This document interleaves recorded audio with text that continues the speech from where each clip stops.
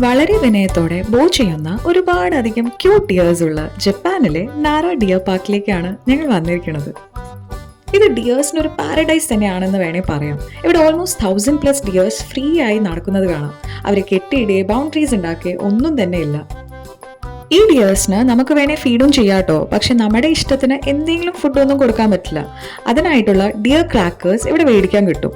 അതിനിവിടെ പറയുന്നത് ഷീക സെയിൻബേ എന്നാണ്.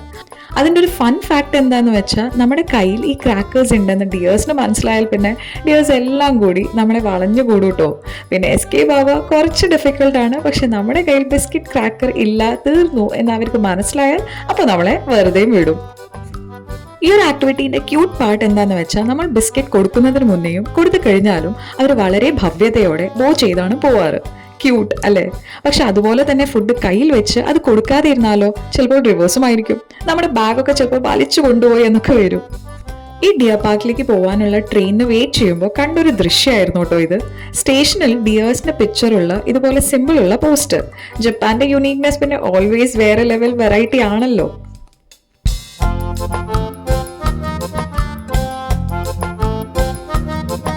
ഇനി ഇവിടുത്തെ ഫുഡിന്റെ പറയുകയാണെങ്കിൽ, ഇവിടെ പാർക്കിന്റെ ഏരിയയിൽ തന്നെ കുറേ വെറൈറ്റി ജാപ്പനീസ് ഫുഡ് ട്രൈ ചെയ്യാൻ പറ്റിയ ഒരുപാട് റെസ്റ്റോറൻറ്റ്സ് ഉണ്ട്. സോ ഗൈസ്, നാര ട്രിപ്പ് ഇല്ലാത്ത ഒരു ജപ്പാൻ യാത്ര ഇൻകംപ്ലീറ്റ് ആയിരിക്കും. ക്യൂട്ട് ഇയേഴ്സിൻ്റെ ഒപ്പം ഈ ബ്യൂട്ടിഫുൾ നേച്ചറും പിന്നെ ഇവിടുത്തെ ചില ഒത്തൻറ്റിക് ഫുഡ് ആൻഡ് സ്നാക്സ് കൂട്ടി ഒരു ഫുൾ എൻ്റർടൈൻമെൻറ്റ് പാക്കേജ് ആയിരിക്കും ഈ നാര പാർക്കിലേക്ക് വന്നുള്ള എക്സ്പീരിയൻസ്. അപ്പോൾ അത്രയേ ഉള്ളൂ. വീഡിയോ ഇഷ്ടപ്പെട്ടുവെങ്കിൽ ഡു ലൈക്ക് ആൻഡ് ഷെയർ. കൂടുതൽ ജപ്പാൻ വീഡിയോസ് കാണാൻ പ്ലീസ് സബ്സ്ക്രൈബ്.